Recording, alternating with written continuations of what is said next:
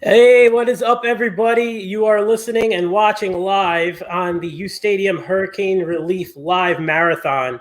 We are going to put something special on for you guys today for all of those who are going through hard times in the Louisiana, state of Louisiana and the surrounding areas. We wanted to put together something in order to help out and have our large community. We're privileged to have a large community of followers, fans, supporters, and we felt this was a really cool way to get everybody together and really do something good for those who are going through such a tough time. Myself, Frank, Brianna included, we're really excited to get this up and running. You're live here with the Timeout with uSTADIUM crew. We're fresh off of a little summer break too. We took a few weeks off to refresh, but football season. We took a month and a half off. It was like a month, right? I think. So it's good to get everybody back together in the room. We're going to have a loaded day of shows. We have some really cool guests coming on. Damon Harrison, who's going to join us in a few minutes. Later tonight, Charles Leno of the Washington football team will hop on for an interview. We might have some other surprise guests pop up here and there. But the goal today is to raise as much money for the Hurricane Ida relief. And that's what this is all about. Right now, you can donate to the relief fund. 100% of the proceeds are going to go to the American Red Cross Relief Fund. You can do that right now at the link tree below. You see that link? That right there will take you right to it. We have some really cool auction items available too, and all of those proceeds will go towards the fund as well. We have a game-worn jersey just from 2 Monday nights ago from Cam Jordan of the Saints. He's really excited to help out. He has a game-worn jersey he's going to give to us in order to auction off signed mini helmets from Justin Fields, J.C. Horn, Micah Parsons, Charles Leno. So, again, you guys can all click the link. It's going to be in the comments. It's below this chat here. You can get all of that stuff all in one place. Go auction. Again, it's all going to a great cause. We are going to be filled really up until midnight with people coming on and hosting shows. You'll see myself pretty often. You'll see Frank Breeze here joining us now to run the show. I know I stole her intro here, but a lot of stuff that we just wanted to get into. Shout out to Henry, Javi, Splash, all the guys behind the scenes helping make this happen. So many people who have, helped us get this going, have donated, have given us stuff for us to put on those auction blocks. So again, we are really, really excited to do this. We're going to have a really cool day full of shows and, talk about football. I mean, it's football season, man. We got a game coming up in a week from tomorrow or a week from Thursday. And we're going to kick it off for real. And we're going to be here, as always, you can like the uSTADIUM stream here on YouTube, obviously subscribe to the channel, download that uSTADIUM app, turn those notifications on. You're going to want those on. Today is cut down day, not to bury the lead there, but we're going to be talking about a lot of stuff that went down. I know big one for Bree here. We'll let her in a bit. So we'll cover all of that, but we just have a full day. We're really excited to do this, guys. We appreciate all of you guys for watching, joining, supporting, all the kind words on the app. But this day is really all about raising as much money as we possibly can to donate to those who are, really hit hard by Hurricane Ida. It was terrible. So many people without power lost their homes, lost their valuables, and anything that we can kind of do here as a company, we wanted to get out and do what we can. So without that, guys, comments in the chat, we're going to throw them up all day. If you want to join the shows all day long, just hit in the chat right here. We'll throw you on. We'll get you the link to hop in. But what's going on, guys? It's been so long since we've all been together in the same virtual room. I know. It's been, Frank, what'd you say, a month and a half? No, it's been about a month. It's been a month and a half. Nick and it's been 2 weeks. Been all over the place. Where you been, Bree? You got a little tan there. I see you. What's going on? I'm actually What's going on with you? Like the palest I've been. Went to Vegas for FanDuel. That was dope. Awesome. That was really, really cool. And just been busy stuff. Yeah. Well, today's a crazy busy day. I don't want to bury the lead. God. I think. Did you go to any pool parties in Vegas or what? We did. We hit the Encore pool party for like a little bit, like an hour or two, and then we had to go back to doing what we had to do. But it was cool. It was hot. Yeah, it's been hot here. Frank and I played in a golf outing on Friday, and I was kind of washed by like the 12th hole. It was like, it felt like 100 degrees out there in the sun. It was tough. It was a hot one. Shout out to Kenny Shane in the chat. I saw it too for the golf outing. Kenny D, the goud. But once Nick hit the 13th hole and we went back around to the cafe bar and he had his second burger, Nick was done. He didn't even want to move. He put a wet towel with all ice all over, like on his head, and there was ice falling everywhere.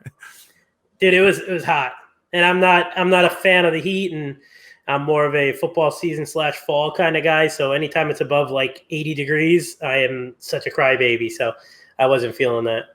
God, yeah, I don't know, but football season.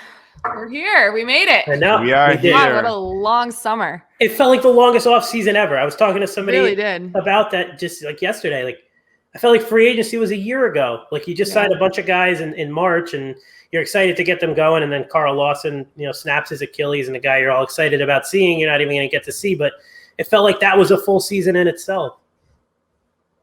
The thing with this offseason, too, is I feel like teams' training camp goes by so fast. I feel like the preparation isn't really there for some teams. You just jump right into preseason. It's 3 games now, and the season starts. So I think this year is going to be a little interesting in terms of which teams sort of come out of the woodwork. And we're going to talk about that a little bit later, who our boom team is this year to take the over on wins and who our bust teams are. I got my boom team. This is a lock. I'm going to go through it later. But this team, if you want to make some bread, you want to go to Vegas like Bree does every other weekend, I'm going to get you that team, that lock later. But yeah, this offseason's been fast. This is the fastest August. My rent's due tomorrow. I know. They're not getting that by the 5th, that's for sure. I'm gonna have a good week one. You gotta have a good week one with your locks, right?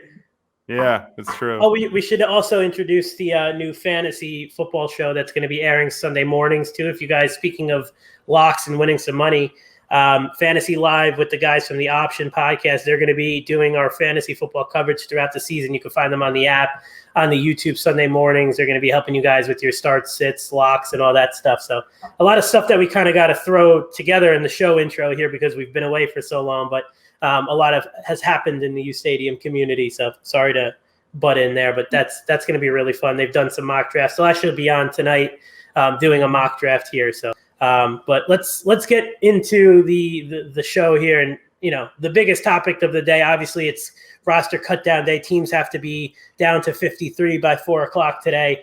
The biggest one obviously is Cam Newton, and that really came as a surprise. I was expecting him to be named the starter today, and I thought it would have been Mac Jones sooner than later, maybe week 2 or 3. But Mac is ready. They named him the starter effectively by cutting Cam Newton. So it was almost like they didn't even name Mac the starter. They just cut Cam and everybody just inferred. Shout out to Justin Drum for the $5 super chat. You guys can do that now. We are actually monetized here. You can support all the content creators on here by hitting that super chat donation button. First donation of the day, Noah with the $10 hurricane relief donation. We should have a little confetti shootout when we have it, but awesome, Noah. Appreciate you, man. You guys, again, can donate to the relief fund. Click that linktree.com/uSTADIUM and donate. That's what today is all about. Any bit helps. 50 cents, $1, $10. If you got that money and you want to make it rain, go ahead, do it. But definitely, again, 100% of proceeds are going to the hurricane relief fund. But Bree, let's let you get into it. What's the deal here? Why did Cam Newton get cut? Do you agree with it? Are you pissed? What's up with Mac Jones? I'm not pissed. I definitely didn't see it coming. I thought that they would ride with Cam, start him, and then keep him on a short leash. And if he, kind of sputtered a little bit, then they'd yank him and start Mac. But I do understand it. I think, unfortunately, I really do think the whole COVID situation that he dealt with last week played a factor. I'm not going to say that it definitely did or didn't because I'm not in the building. I don't know.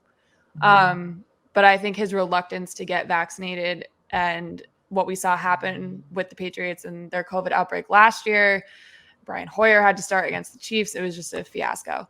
So I think that definitely played a part in it. But above all, I think Bill went to him and was like, look, Mac's the guy. Mac's going to start. And I'm going to give you the option of releasing you if that's what you want to maybe figure it out elsewhere, or if you want to stay and be the backup, you can stay and be the backup, because they only were on the books for him for like 1.8 million, I think it was. And I think Cam, took the option to get released. He didn't have a bad camp. I mean, he's not what he once was, obviously. But I didn't think he looked how he looked last year, this summer. Definitely still areas that needed to be improved. His mechanics still didn't look, good. But he wasn't dropping balls at guys' feet. He looked, okay. He took pretty much all of the first team reps. So it was a little shocking this morning, but I can't say I disagree with it or don't understand it. But Max QB1, he's here. He looks good. We drafted him in the first round for a reason. Mike Reese just tweeted out that his jerseys in the pro shop have already all sold out. Wow. That's wild. So that's what it is, right? Like, so remember, we did so many shows leading up into the draft. We really kind of, couldn't talk enough about it. Is Mac Jones was ready to go week 1, and Trey Lance and Justin Fields, maybe not, maybe they aren't, but maybe the 49ers made a mistake and they should have taken Mac Jones. I know it's more of a system fit with Trey Lance, but the fact that they were able to wait and get Mac Jones where they didn't have to trade up to get their guy. He came into camp, and by all means, I wasn't there, but the eye test tells me in the preseason, this guy is pro ready right now. Like, he's playing, he's in control of the offense.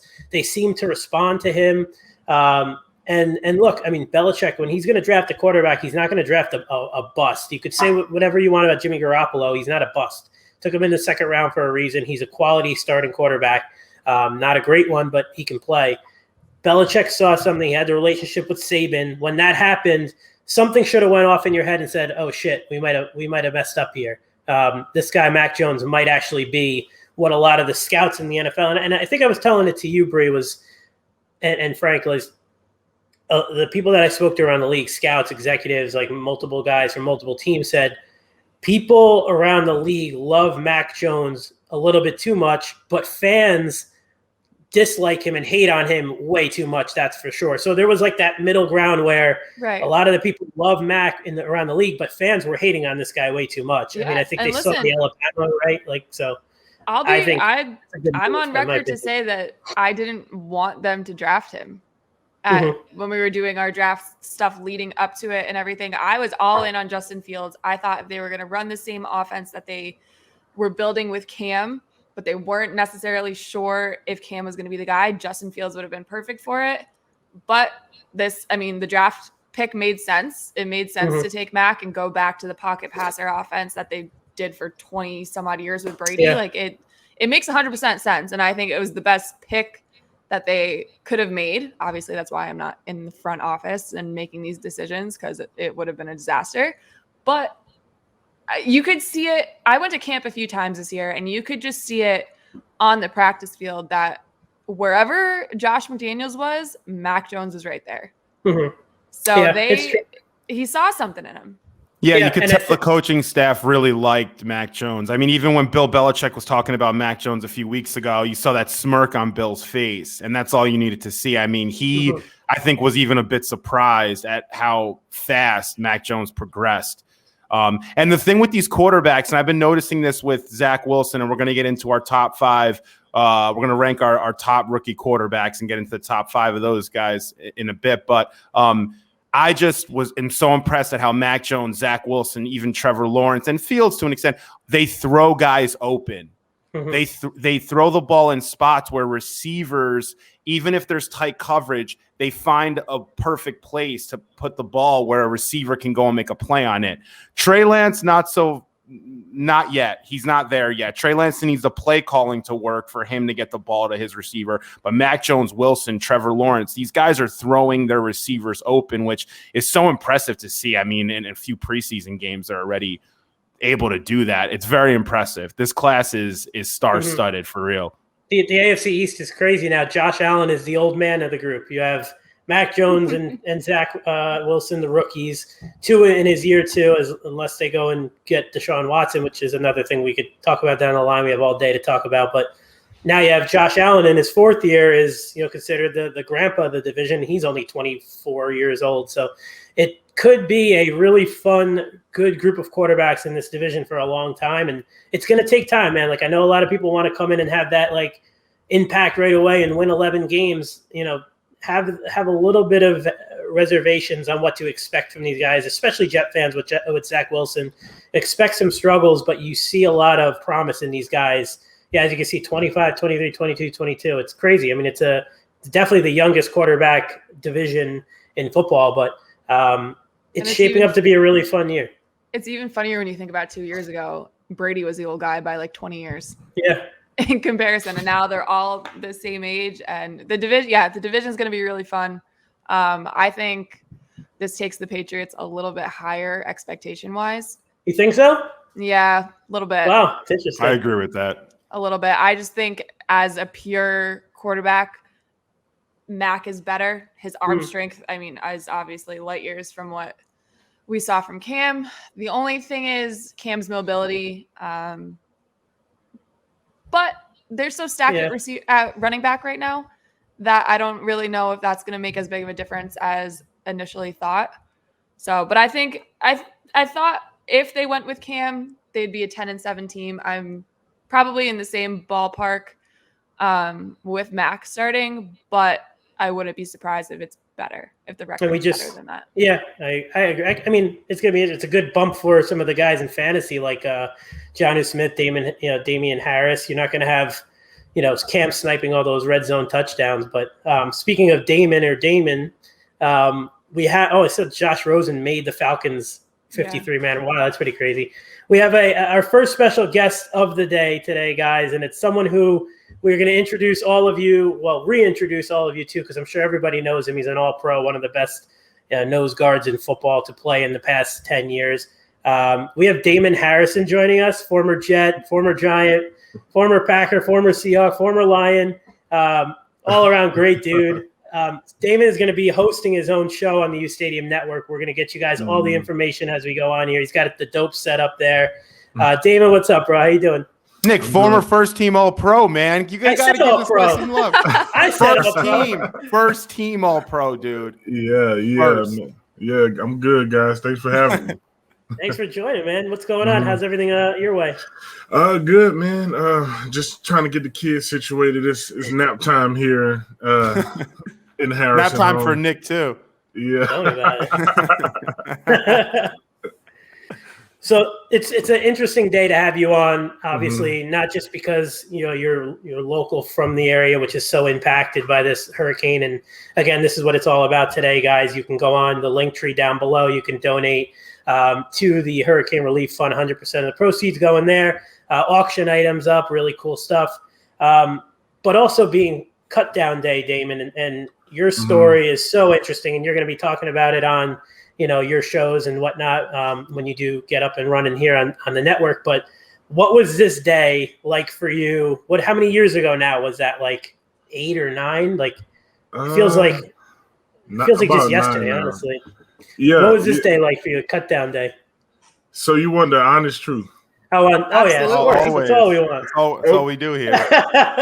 Okay, so bear with me for a second. The floor is yours. I don't know if they still do it anymore, but back when I first came in, the night the night of the last preseason games, the entire team goes out. And that's kind of like a celebration. It's the end of camp. Some guys aren't going to make it, some guys will. So we just kind of want to celebrate with each other. So my night in particular, I got drunk. I got real drunk because I just knew I was going home. There was no way. The Jets were notorious for only carrying 5 defensive linemen.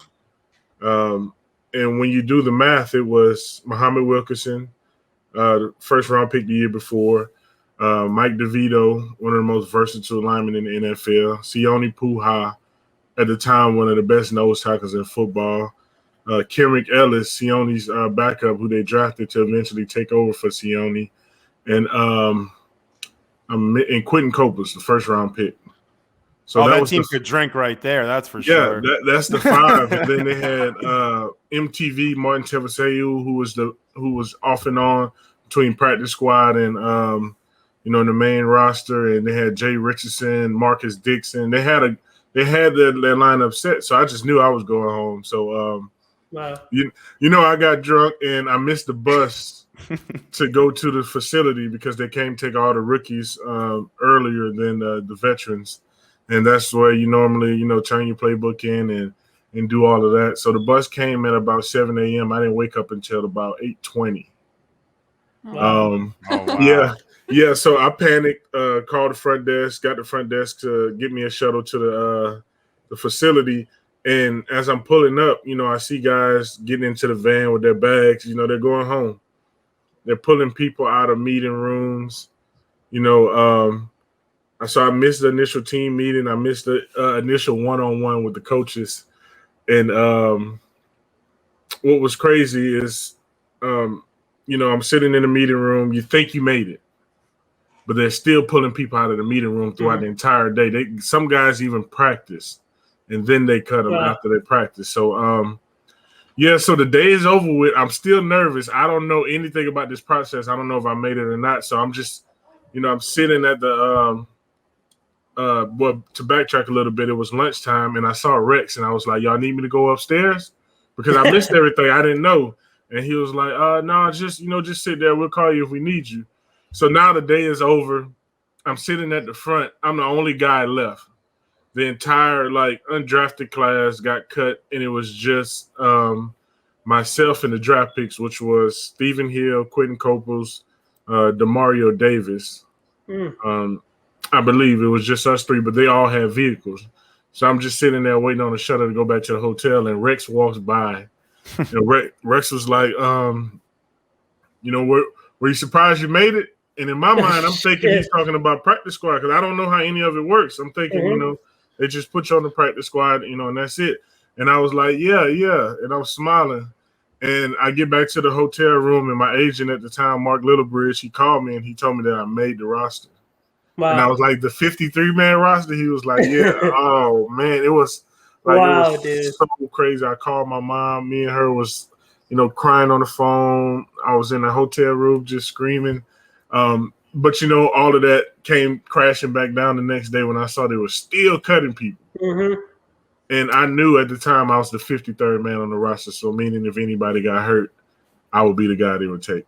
Yeah, that's what a lot of people don't realize too. And, more teams cut, more guys than others. Like the top teams, they're, when you're talking about the bottom of the waiver claims, those guys are usually, they have those rosters set, but it's such a flexible kind of moving parts for the teams that are early in the waiver because they can cut guys tomorrow, because they're claiming guys. Someone gets cut from the Jaguars and they want to claim them. They got to cut somebody else off to 53. So like you said, if you're the 53rd man on the roster, it's awesome you made the initial 53, but you're still anxious about the next day. You could be, let go again. But that's a wild story, man. Because like you said, that's such a deep D line that they had. And, for someone like you to come in that was, small school, undrafted, it was pretty wild. Yeah, and it's crazy because up until I think that first week, you see guys getting cut up until Thursday or Friday. Before the first games. So, you're still not guaranteed, to be locked in until you make it to Friday.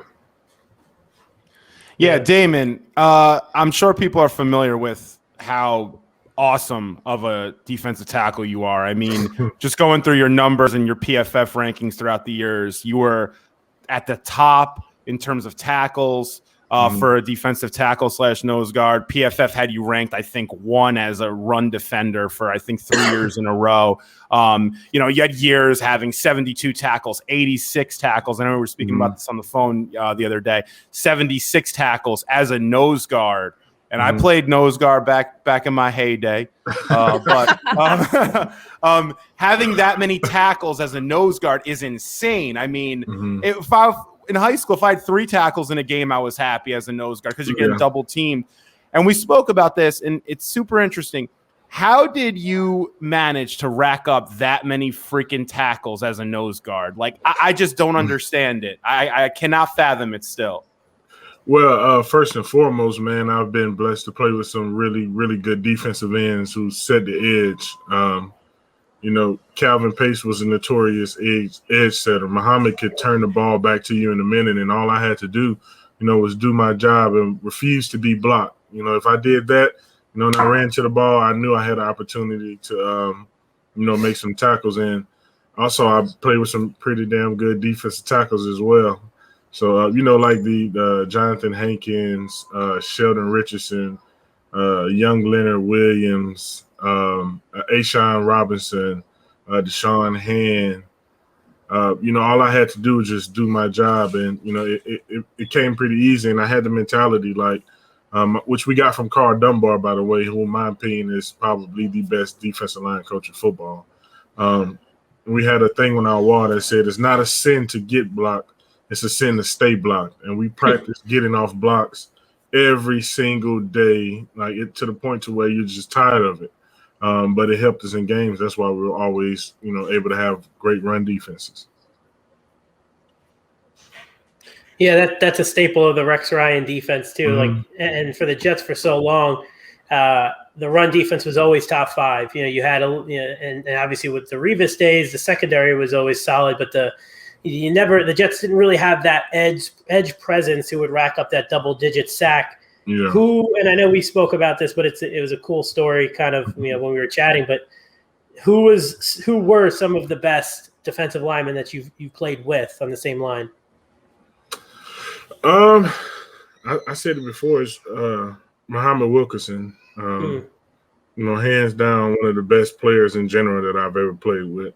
And all around just a great dude, man. But Jason Pierre-Paul, Olivier Vernon, those are the top 3 that automatically pop up in my mind that I had a chance to play with. You put Wilkerson 1? Absolutely, yeah. Wow. It's crazy, man. It's crazy what happened. I mean, he had that one year, I think, what was it, 2014 or 13, when he was, up for Defensive Player of the Year, and he was just on another level that year. Yeah. It was crazy because I think the year before he didn't even make the Pro Bowl. That's right. And he didn't. Yeah. And so we were all upset about that. So we kind of had a meeting at practice, and I don't know if you can pull up the footage, but I think it was against the Saints. And we said, Mo, when you get your first sack, he wanted to do the little, I don't know the name of it, the Hawaiian hula dance. The hula dance. And then afterwards I told him he needed to kick it in the air, and he did that, man. And that year it was like Muhammad was just on a whole nother level. All right, Damon, my turn. As the resident Patriots fan, what's your best Tom Brady story going against him for however many years? Listen. Oh, boy. I got a lot of flack for this, man, but I am a Patriots fan. I grew up a Patriots fan. All yes. right. Yes, so it broke Bree my officially heart. likes you. Love that. It broke my heart when I went to the Jets, because it was like I grew up hating them, man. And now I'm a Jet, and it was, I can't remember the exact day, but I think it was my second game, playing. First of all, we're at Gillette Stadium, so I was just like, it was a night game. I didn't know what was going on, man. I saw Randy Moss on the sideline. Not Randy Moss. Who was it? I think Steve Young, I believe. Oh, wow. Yeah, but I saw just a bunch of people on the sideline, and I was just like starstruck, man. That was my first night game. It was crazy. So I'm thinking I'm not playing. So a guy get hurt, they throw me in the game, and as we're lining down there in the huddle, and I'm just staring at Tom because I'm a fanboy. I'm just staring at him. They broke the huddle, and I get down in my stance, and I'm still looking at him, and he looked at me and he smiled. He checked the play to a wham play to wham me. This guy he's like a maniac, bro. He is. Yeah. So I'm still looking at him, like I'm smiling in my head. I don't even think I got off the ball like I was supposed to, because in my mind, like Tom Brady just looked at me. You know what I mean? And They ran the I wham would feel play. the same way. So I understand. Yeah, they ran the play. They kind of got me, but I still, put my foot in the ground, turned around, and made the tackle. And Nice. that was a play that Rex put on the screen, and he was like, "If you were any less of a man, you'd have been on your butt." But I got back and I made the play. But I didn't play again for another 5 games after that. But my first sack is against Tom Brady, which I have the picture on my wall. As soon as you walk in my house, that's the first picture you see. Oh my god, That's great. It's huge. Yeah. You sign it for you? No, I never asked, and it's funny, man. He's not gonna sign that. This is a 1 of 1 right here. I got in trouble for this right here. Oh, it's badass. Oh, I like that. This is the only one that have all 4 signatures on it too, man. That's a good one. That's well, so cool. it was the Sons of Anarchy. I remember was the nickname, right? Well, yeah, Leonard there. Harrison, Wilkerson, and Richardson. And the Sons of Anarchy crew came out to training camp that one year. You remember? That's awesome. Yeah, we got a chance to meet them. Yeah. Yeah, those Jets teams were fun and God knows we haven't had anything close to that in the past 10 years. So hopefully, we can get back to there soon. But why don't you tell the listeners again? Thanks for also that we saw another donation from Kenny Shane there to the relief fund. And again, that's what it's all about today, raising money for the Hurricane Ida relief and to help out as many people as we possibly can. And we'll be going at this all day. We're here with former, I don't even know if I want to call you former because it's still up in the air. I know we talked about it and I'll let you say it, but it's still up in the air. We'll just call him first team All-Pro Damon Harrison. He's going to be joining the network with a show soon, his own podcast. Why don't you tell the listeners and everybody out there what it is that you're up to now? No, you're not currently on a roster, but I know you're a busy guy, and give them a little insight on what you want to be filming with that podcast coming up. Well, yeah, I'm in the process right now of trying to open up 4 different businesses. Now, it's two separate franchises. One is with Vitality Bowls. And the other is my own cigar bar and lounge and bistro. Nice. That sounds cool. Cigars and meats. Yeah, man. You can't beat it, man. You can't beat it. You gotta have some spirits in there too. But yeah, so I'm in the process of trying to lock down a location for that. The hurricane kind of threw us for a loop because we can't really get into the areas that we wanted to get in, and those areas were affected by the hurricane. So, trying to do that. My wife and I are also in the real estate. I have to close on a home today. So, and then, doing the podcast as well. I'm excited to join you guys, and hopefully let my personality shine and let some people who never got a chance to see a certain side of me see that. And, I'll just leave the rest up to their imagination. I love it. Love that, man. Yeah. Hopefully we get Rex can hop on. Maybe we get Rex and Brady in the same try box up here with you. That'd be pretty cool. Ooh, that's tough.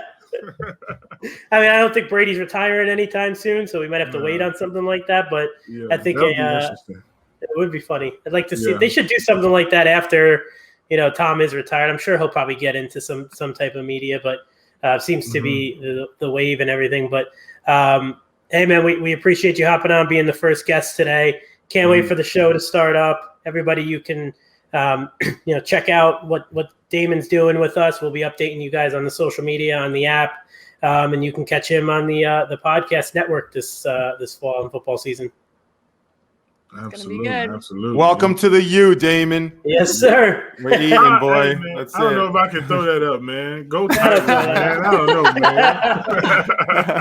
You gotta get it like lowercase or something. Yeah, we gotta do like the square one. Yeah, that's pretty cool though, man. That's pretty cool. All right, Damon, you're the best, man. Best of luck with everything, all the business ventures. No problem. Thank you, guys. Appreciate it. See you, buddy. Later. One of the best personalities. That's a funny little camera view right there. It's my own close up. Really is one of the funniest and best personalities in football. That Brady really story cool might be my favorite thing I've ever heard. I never heard that one. And we talked to Snacks about a lot of his former stories and didn't know any of that. So that one caught us by surprise there too. That was funny. You know what's funny is usually coaches do that. Usually coaches will set up a wham block like that, not the quarterback themselves. So that was just so Brady of him, honestly. It is. Like I said, really, he's the worst. He is. He's a maniac. There's no other way around it. Like stuff that just goes on in his head. Like he's that good that he can just like manipulate moments like that. It's so funny. Yeah, he's best leader we've seen on a football field. And my God, he looks like better than ever in the preseason. The other night, it was pretty crazy. That team so we have this kid on the stream. I don't know if this kid's ready for the moment because I asked him if he wants to ask Snacks a question, and he did not have a question planned for Snacks. So I don't know who this kid is. I like the intro. Thumbs up, though. We're good. He knows it. I like that intro, yeah. But I like this little setup here. You have a better setup than I do, or anyone here does. Yeah. Hey, Nick's using like the AirPod 1s over there for the mic and everything. And they fall out of my ears all the time. Yeah, no, I love what you guys do here. I've been a follower for, I couldn't even tell you how long. You guys, the reason for the setup is I actually do my own show. Awesome. My show and everything. I figured you guys are doing here for Hurricane Ida. Raising any money at all is it's amazing with what we've seen going on down in New Orleans and everything. So I figured I'd pop in. I mean, you guys obviously are very heavily covering the Jets and everything. I'm a huge diehard Jets fan. I mean, if you can't tell by my shirt, then I figured I'd pop in and talk to you guys, what's up a little bit, and whatever you guys want me to do, I'll do. Of course, man. We got all day. I mean, we're doing the marathon here, so there's no time constraints. So what's your current feeling about this upcoming season? I am an optimistic Jets fan, so I think we're gonna. I hope we'll have a winning record, but realistically, I mean, the loss of Carl Lawson and everything. It's even though we got Shaq Lawson, it's hard to see anything more, in my opinion, than a 6-7 win season. Mm-hmm. We have a tough schedule. The first couple games, I mean, we start off pretty easy. I really hope we just absolutely tear apart the Panthers week 1, because I mean, there's nothing I would rather see more than that. And then I'll be at the home opener. So I'm us too. Bru, you coming up? Yeah. All right. Oh yeah. Yeah, he does have. Henry says you have a good radio voice. I agree. Thank you. I can hear the radio voice. Yeah, man, it's interesting because the Lawson injury was definitely a bummer. I mean, you get a new toy and you want to unleash him, and you hear all the positivity in camp saying he had the best camp by far of anybody on the team, and goes out in a meaningless joint practice that was winding down for the day. It was one of the last drills of the day, and he goes out and he blows his Achilles. And look, it's a shitty injury. Like, I hate to be negative. Like, you never know how you come back from something like that. So it's not only affects this year, but it does affect going forward. But the hope is on defense that Saleh is able to look. He's dealt with injuries last year. You saw what went down. So the hope is he can at least generate enough pressure, because that's what the system is about, right? He's not going to be. They don't have the guys back there that you can trust in these one-on-ones, right? You don't want to leave Bryce Hall and Bless Austin on these islands for too long. So you want to get pressure on the quarterback, generate it with that 4-man. He doesn't like to send 5. He doesn't like to send that extra linebacker. They don't have the guys to do it. So Lawson wasn't a very important part of this defense. So they're going to have to get creative. I'm sure they're going to be active on the waiver wire here and possibly with another deal. I don't know if they're going to be trading anything of importance, but the season almost went from, maybe they can surprise and compete, win 8-9 games, best case scenario. I don't think they could, but that was the ultimate hope, right? Being optimistic too. All right, let's just develop Zach Wilson. Hopefully the offense can put up some points. We're feeling good about going into next offseason, 2 1s, 2 2s, flexibility with the cap space, and just really kind of start scoring points, which the Jets never do. So that's really where my mindset kind of changed too. So really, for me, it's just about Elijah Moore, hopefully Mims, obviously Corey Davis, getting some young, impactful offensive players to help out Zach Wilson. Yeah, for sure. I mean, I'm super excited. I mean, the main thing that I worry about not more than the Carl Lawson injury, but I think the Gerard Davis injury for the first couple weeks of the season. That's a bummer. That sucks. I mean, it just kind of felt like everything was going wrong for that. I mean, during that Green Bay week, but I worry about Jamien Sherwood just a little bit. He's a rookie. He's not ready to start right away. And I I more worry about the linebackers because, you know, with the defensive line collapsing the pocket and putting pressure on the quarterback, that'll make it easier for the secondary and for guys like Bryce Hall, Bless Austin, and then Marcus Joyner to all, you know, cover their guys, do whatever they need to do, and not put as much pressure on them. But to lose Carl Lawson, to lose that pressure, we had Carl Lawson on the team. I have been saying it probably since we signed him that this Jets defensive line had a chance to be top 5, to be like, I mean, just 2 years ago when we were 2 or 3 years ago when we were the second best run defense in the NFL. Like, I mean, we still have some really nice interior defensive linemen. You can't double team really anybody, in my opinion, because Bryce Huff's going to have a huge year. No one knows who he is, but people will know who he is. Quinnen, even if you double team Quinnen, you now have Shaq Lawson and Bryce Huff or JFM coming off the edge. Sheldon Rankins. I mean, they're a deep group there. Yeah. So wait, guys, we have a special announcement. Sweet. Yeah, we got something massive. I don't want to hear about. You guys have been talking about the Jets for 10 straight minutes, and I haven't heard one of you guys bring up Zach Wilson. So I don't want to hear from you guys anymore, unless you talk about Zach Wilson. I don't want to hear it at all. It's just blabber and blabber and blabber. All right. So my man, Hard Count Football, you the man. You should have your own show on our network because you sound like a freaking boss, man. I mean, I would listen to you in the morning and afternoon, not at night though. Jacob, hit us up, bro. Appreciate it. Wait, I will. We have a big announcement. Snacks Harrison just donated $2,000 to the Hurricane Ida Relief Fund.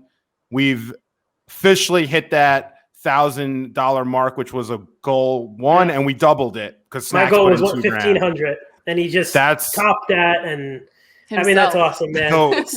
It's really what is like I said, I hate to be so like dramatic and emotional and stuff, but it's what it's about. Like I wanted, like we chatted about $1,500. If we can cut a check to the American Red Cross, send them $1,500 for a little podcast show that we're doing today, I'll feel good about it. I'll be thankful for everybody in the community that joined this and did that. But for Snacks to come on to chat with us, to entertain us, and then to do something like that for a community that desperately needs it is just really what all this is about. He made the entire day. Let's be honest. Like a donation like that makes everything that we're trying to put together worth it today. So again, I don't know if he didn't want it to be known, but we're making it known. So Snacks, man, can't tell you how much we appreciate that. Over $2,000 donation. We're about almost at $2,100 raised already, and we're not even an hour into the day. So not expecting that throughout the rest of the day, but if we can just keep chipping away, any bit happens, any bit helps. The Linktree /uSTADIUM down below. You can do it in the chats here on YouTube. The auctions are up. Go on there. You get some really cool stuff. Justin Fields, Micah Parsons, Charles Leno Jr., JC Horn, all those signed mini helmets, a game-worn jersey from last Monday night by Cam Jordan of the Saints in that New Orleans community. So that is just awesome. Really, really appreciate that. Yeah, wow. That's crazy. Bree, I heard you're going to put in a K. I heard you're going to put in $1,000. Yeah. I'll chip in like Bree, you're a big shot now. Come on. You're going to Vegas covering to pay bills tomorrow. Bree, what's $1,000 for you, girl? Come on. Oh man, I wish it's a Vegas trip. I wish I had it like that. There is no donation shaming going on today. If someone donates 5 cents, it's worth it, man. So we're not gonna be dono shaming. I wish I had it like that where I could just drop $1,000. I know, you gotta feel like real good about that when you do something like that, man. It just like makes your day. Tomorrow's the first of the month. You gotta pay those bills. You gotta get it going. Yeah. Maybe your landlord will understand. Yeah, that'd be nice. Walk downstairs and be like, "Hey, I'm just not paying this month. Sorry." See what she says. It's like what a third of New York City does, so you'll be fine there. All right. Well, this is the end of my time here. I might be able to hop back in a little later. We're here all day. Not 100% positive, but I will let you guys know. And yeah, for everybody watching, just even if you're not really paying attention the whole time, just make sure you keep the screen open, get the views, share it with your friends. Because like we've been hammering home, this is one of those things where it's not affecting us, but we can't sit here and do nothing because we know if we were in a situation like this, we want people to help us too. So do what you can. If you're not going to hop in the stream, if you're not going to chat with the guys, at least share the stream. get other people's eyes on it, and maybe somebody else drops 2K. Who knows? You never know. That's it. All right. So that's all I'm here for now. Maybe I'll see you guys later. If not, I will make sure all this is up on my socials and try to get some more people in here for y'all. Appreciate it. All right, you guys. Have a good one. Day, Bree. Bye.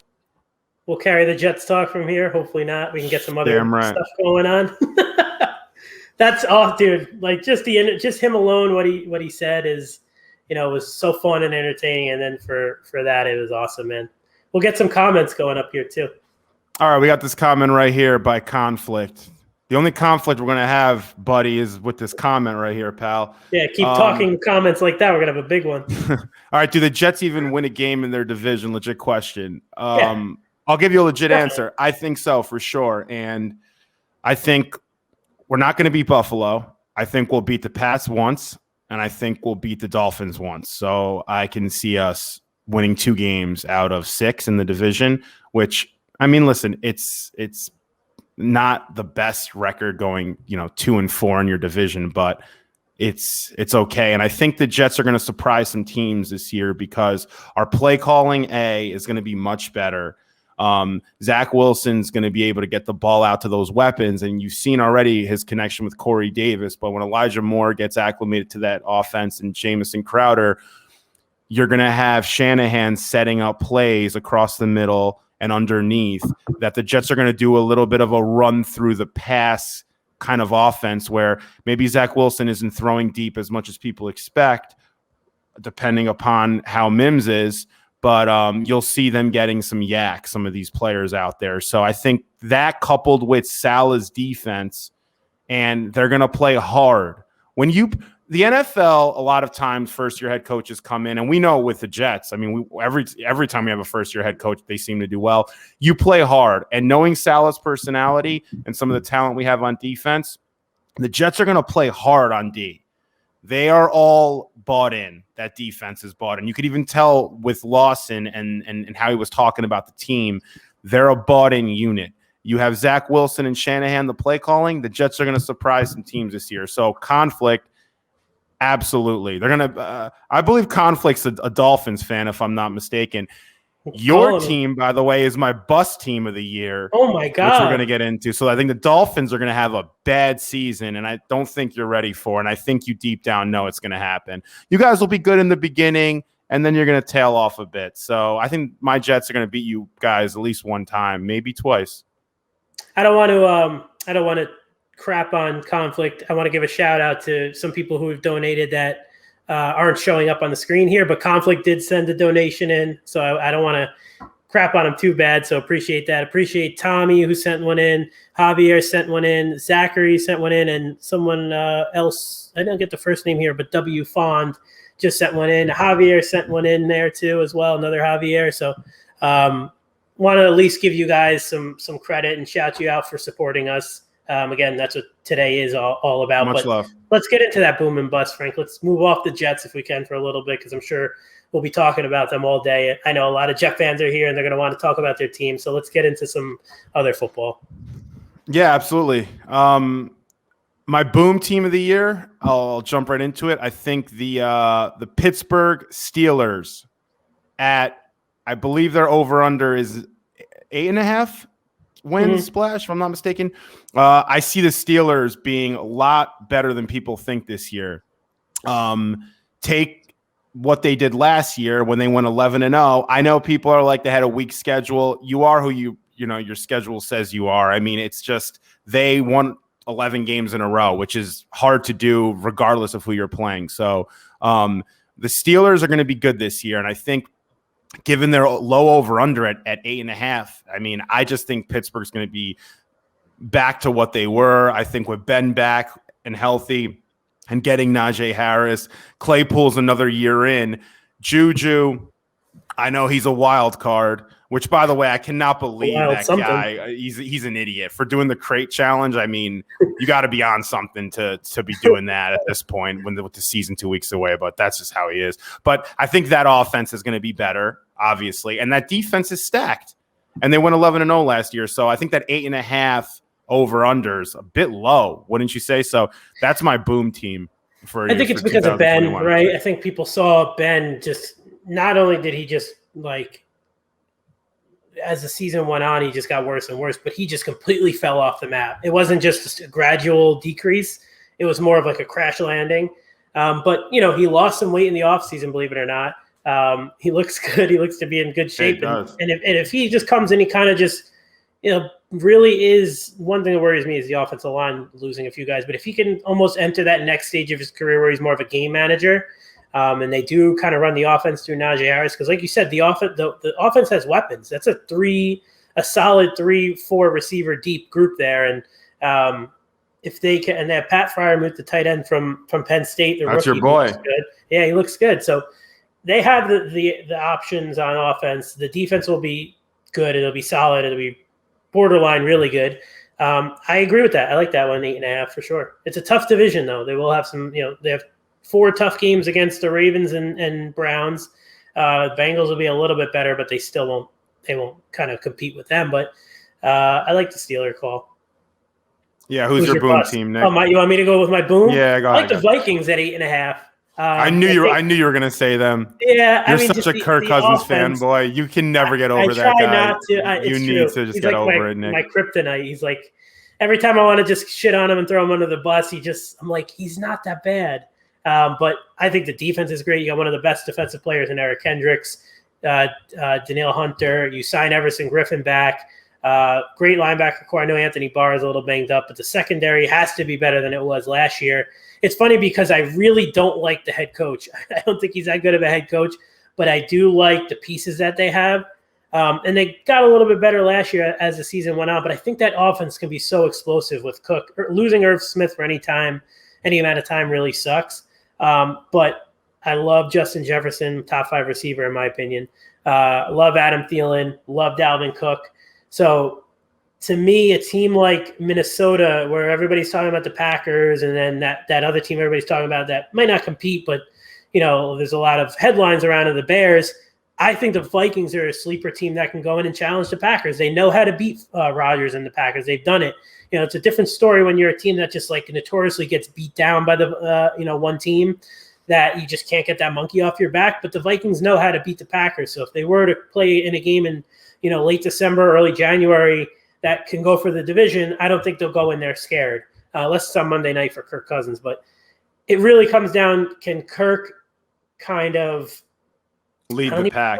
Yeah, because he's so far into his career where, the book might have been written that I don't think they're going to go win 12 games. But I think 8.5 now, remember, 17 games, not 16. So if it was 8.5 in a 16-game season, I might pick a push here. Or we can't pick a push on a half point, but I would say, maybe 8 wins. But I think they're a 9-win team. Yeah, I don't know, man. They're missing something. They have all the talent in the world, but they're missing that winning energy, I call it. Some teams just find a way to win. Yeah, that's what it is. Yeah. Absolutely. That's 90% of it. They need that little oomph, I think, to get over the edge and be a winning team. I still look at them as like not losers. I hate saying that, but they just find ways to lose games that they should win. So I get that. I can see that. What about your bust?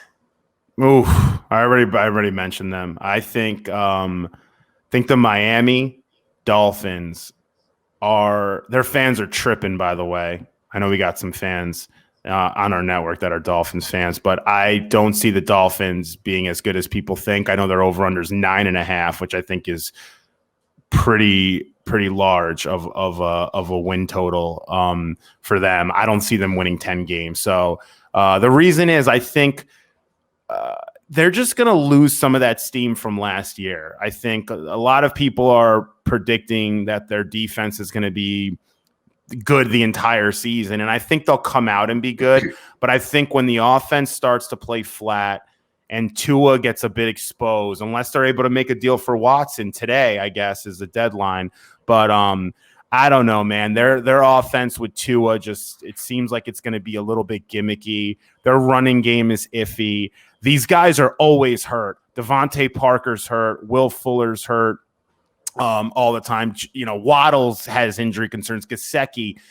If they're able to play together for an extended amount of time, But I just don't even see them playing together for more than 4 or 5 games. Do you see? I mean, listen, Fuller, Parker, Waddle, Gesicki, if they're able to play for 5 or 6 games, the Dolphins will be okay. But you're not going to get them for a full season, that stack. You're just not. And then Tua's a question mark, and I think that'll take away from the defense.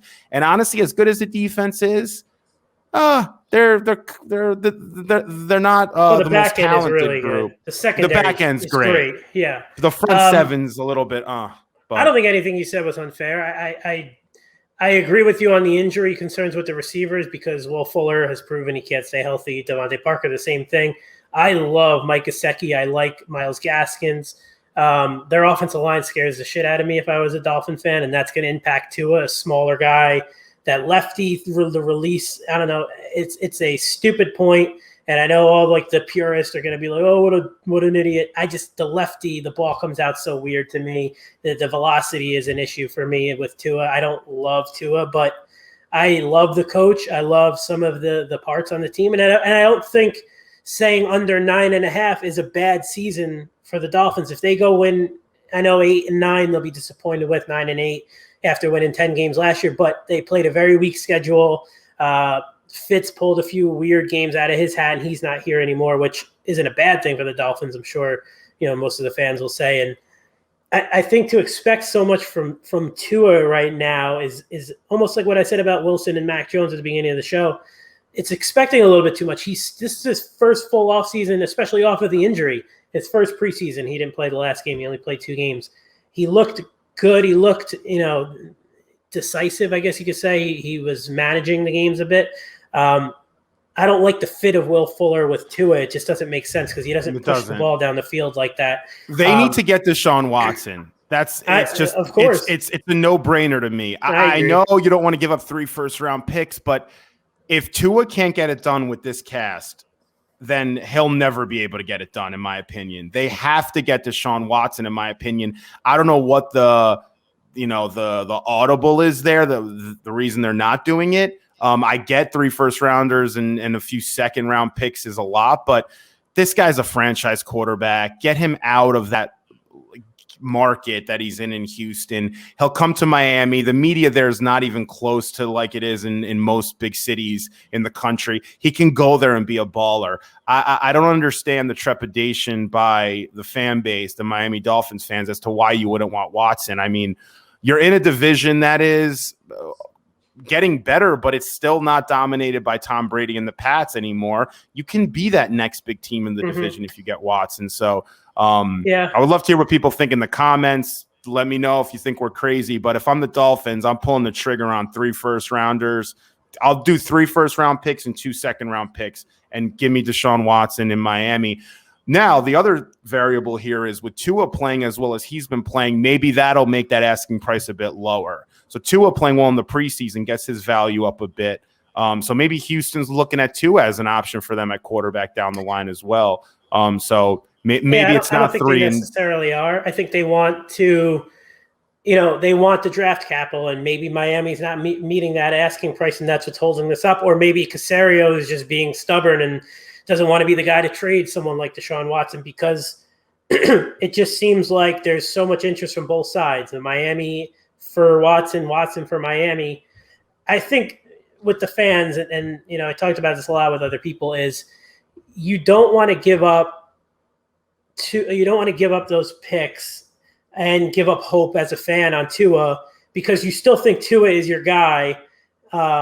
And to admit like your quarterback is not what you thought he was when you drafted him, it sucks as a fan, right? Like it sucks for us to admit Sam Darnold wasn't the guy, but what's in the best interest of your team is to move on from Darnold, start fresh with Zach Wilson. In my opinion, if I was a Dolphin fan, I know you're holding out hope that Tua is the guy. In my opinion, he's not. For me, the second you go and you trade for Watson, and again, this is also with the caveat of the whole legal situation, which it's probably more of a 2022 problem with Deshaun Watson in the NFL legally, suspension-wise. I don't think they're going to suspend him this season. So I think you can get him and he plays this year, but you might have to deal with that suspension next year. So that's, maybe some of the verbiage in the deal that the Texans or the Dolphins want, the Texans aren't going to go for it. They want to say, hey, we will do this trade under the conditions that if he gets suspended next year, the pick, we get a second round pick back or whatever it may be. Maybe those conditions are what holding it back. But to me, it just felt like a lot of people jumped the gun here on the Watson Dolphins move. I don't think it is as close as people think it was, but there's obviously interest between both parties, and I wouldn't be surprised if eventually it gets done. But maybe you go into the season this year with Tua, and if he's not the guy, you still have those draft picks, and you go get him after the year. What do you think's going to happen with Watson this year? He hasn't even been playing. He's not going to play with the Texans. He's not going to play. They're going to make him a healthy scratch. The whole year? Yeah. That sounds insane to me. Right. I've never heard. The entire situation's insane. We've never seen a situation like this. So for me to to say one thing with extreme confidence is not fair because I don't know what the play is. So you think Tua's going to be? I mean, you think Watson's going to be on the Texans this year and just not play the entire season? That's what it looks like right now. The whole season? Yeah, I mean, unless why would Miami? What if Miami goes 4-8? They're not going to go trade all those picks for Watson to play the last 8 games of the year or 6 games of the year. They're already thinking about next year. They'll talk again in the spring. So it's hard to trade for a quarterback in November. Like the trading deadline. Like he doesn't know the system. What's he going to pick up and play backyard football for 8 games? Like if there was a trade, it would have to be done before Sunday, or you talk again. Next year. I think eventually he's going to end up in Miami. I do. Yeah, I mean, bringing up this tweet right here, I mean, coming from an Eagles account, I think Philly would be a great spot for Watson as well. I think he said apparently there was some report out there that he doesn't want to play in Philadelphia, but I think he could vibe well in that city and with that team. But he needs to go anywhere that he can go, in my opinion. Like he just needs to get out of Houston. And if I'm his agent at this point, and I know Nick's connected with one of his agents, I don't understand why you're not really pressing the envelope here and trying as many different options as you can to get out of Houston. Like you got to get out of there. There's no reason to be there at this point. It's wild. Yeah, the situation's crazy, and it's been crazy for the past few months. So it's kind of just it goes up and comes down, goes up, and here we are, and nothing happened again. So I mean, we'll see. It doesn't look like a trade's coming down today. It looks like they're going to keep him on the roster and pay him that $11 million or almost $11 million that he's due. And, he's just not going to be playing football, which sucks. I mean, look, obviously you have the legal situation and we don't want to get into any of that because it's still extremely up in the air. But to not have a guy like Watson, who's one of the best players in football, not play this year, it sucks for everybody. So long story short, my bust, still talking about it, is New Orleans, a team that I thought should go all in on Watson. Because they would be the best team in football if they did. It's a good one. Would beat the Bucs in my opinion. Jameis Winston doesn't do anything for me, and I think Sean Payton is waiting for a reason to move on from him. He almost had to start him because there was locker room backing for him, and Taysom Hill is terrible. Not having Michael Thomas, your number one receiver, is like Traquan Smith and Marcus Callaway. Tight end situation is not good. They have a great O-line. They have a great defense. Secondary is a little sus, but that win total of 9.5, I don't see that with Jameis Winston. I mean, I don't know if Deshaun would play in New Orleans. Probably not, but I don't think that Jameis Winston is a quarterback that's going to win you 10 games. 9.5, Nick, for the Saints isn't that bad, though. I've been taking the over on a 17-game schedule. With Jameis Winston, though? We're not talking about Drew Brees' Saints here. Their defense is still legit, and they still have Kamara, and they still have they have an offensive line, obviously. You trust Kamara to be as effective in the passing game without Drew Brees? Absolutely not. But he'll still make big plays, and I think them winning 10 games and going 10-7, I could see it, or even 11-6. I honestly hate saying this, by the way. 10-7, 11-6. It's almost as bad as his jersey number garbage. Like seeing defensive backs wearing the number 3, and I hate it. It's like I don't want to be like the old man. Like I don't mind that. Here. I think it's dude. I hate it with an absolute passion. I don't even talk about it because it gets me riled up. I think it's garbage. I think it's you really don't. It bothers you that much? It bothers me so much because I'm a. God, it's gonna sound like I'm if a corner's wearing 3, it bothers you. Old. It bothers me like beyond belief, dude. Like I'm glad that's most of the I hate Elijah Moore wearing number 8. I think it looks stupid. I think it looks like a Pee Wee football player. Granted, he's only like 5'8", 5'9", but to see these like I don't know, it just looks like so gimmicky and amateur. I know it's such a stupid thing to complain about. That's why I don't complain about it. But internally, it bothers me. But regardless, speaking of the Saints and Cam Jordan, great defense. Go hit that auction, guys. We got really cool stuff up there. Bid on it. Really fun stuff. Cam Jordan, game-worn jersey. Justin Fields signed mini helmet, who will be on the field by week 2 or 3, in my opinion. I think it's going to be something like we saw with Watson and the Texans a few years ago, his rookie year, if you remember. I forgot who the trash can quarterback they started at the time was. They started on week 1, and halftime Watson came in and he never looked back. I wouldn't be surprised if that's what the Bears do with Fields. Dalton goes out and like throws 2 picks against, I think they put the Rams too. And Fields comes out in the second half, and it's his job. Go bid on that auction now. The link is in the comments and below here on the YouTube. We have a Micah Parsons signed mini helmet. It looked great this preseason for the Cowboys. A J.C. Horn signed mini helmet. Great corner for the Panthers. And, of course, Cam Jordan game-used jersey. Literally that jersey you're looking at right now, he's given to us to auction off. All proceeds benefit the American Red Cross, hurricane relief. That's what we're doing this for all day, guys. The first show is in the books. The Timeout with uSTADIUM kind of maybe wrapped up, Frank, when Bree left, but signing off the first official show. We're going to be joined all day by awesome shows, specific teams, some fantasy stuff, some college football talk, literally up until midnight. The donations will be open all day, maybe even keep them running into tomorrow morning. Donate to the Linktree. We had Damon Snacks Harrison, who came on and joined us. He donated over $2,000, blew us beyond belief, blew that number out beyond belief, in which we were hoping to raise. But that's what today is about. It's about raising as much as we can for Hurricane Ida relief for the people of Louisiana. Let's go, baby. We're almost at 3K. Let's go. We're $820 away from all right, 3K. Let's go. We're gonna make it there. We're gonna get. That's to 3K. not factoring in the auctions, right? I don't the think auctions so. are. No. I think those are just live donos. So we actually are close to that 3K. You're right. So yeah, we're gonna head on out now, and then we'll come back. We'll give a little bit of an update as to what's going on the rest of the day. Then we'll have Splash's top 50 players, which I'm gonna hop on for and just go at him in terms of who he's ranked on there, who he has ranked on there, because some of his rankings are out of this world. Some of them are good. He finds. I mean, Splash, I will say, did say that Fred Warner is going to be one of the best linebackers in football a couple years ago before he propelled himself to top 2 status-ish. So I'll give Splash some credit sometimes on some things. But yeah, we're gonna see how this top 50 looks, and then later on in the day we'll have Play Like a Jet. We'll have a show. The Dolphins boys will get on there. The Option fantasy football guys who crush it. I love those guys. Chris and James. They'll do a mock draft later on today. If you need some tips, by the way, with fantasy football, check out our YouTube. We have a top, or 5 must-have quarterbacks, running backs. We'll do wide receivers tomorrow to help you win your leagues. But yeah, Nick, any last words?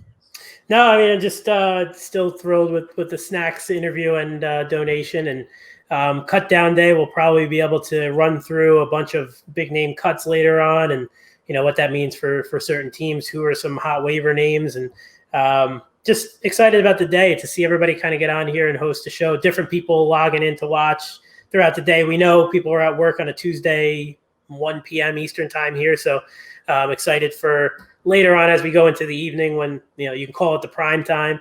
To interview Charles Leno later will be really cool. Really good offensive lineman with the Bears, now with Washington, a team that could win that NFC East again, and playing with Ryan Fitzpatrick and even some Taylor Heineke talk. Who I'm interested in that guy. I don't know.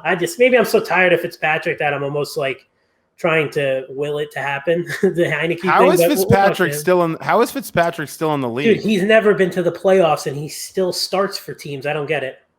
After that whole debacle he had in Buffalo, I never thought he would have made his way back into starting literally like 5 years after that. This guy's been in the league for a hot second. And he's like a phony leader, good guy too. Like, I don't want to shit on him here, but like everybody says, oh, he's such a great guy to get the beard and stuff. But like when you really look into some of his comments at certain points of his career, it's almost like this guy's a dick. Why does everybody like this guy so much? I don't know. I've always questioned the leadership points from Ryan Fitzpatrick. I think he's an overrated leader.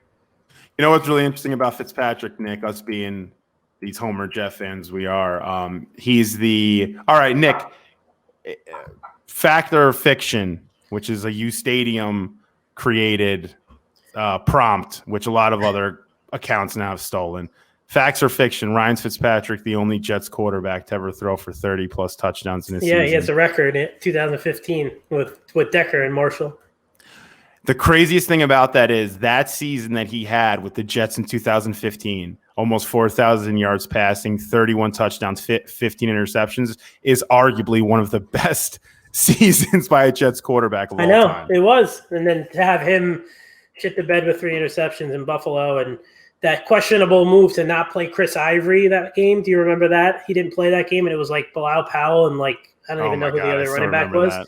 It's like they were saving Chris Ivory, thinking they were going to win the game for the wild card round. And God, Todd Bowles was a terrible head coach, great defense coordinator, terrible head coach, and I don't even know how that season like went down the way it did. But Decker and Marshall and Nunwa, wild receiving core. I mean, those are 2 1,000-yard guys, double-digit touchdowns each of them.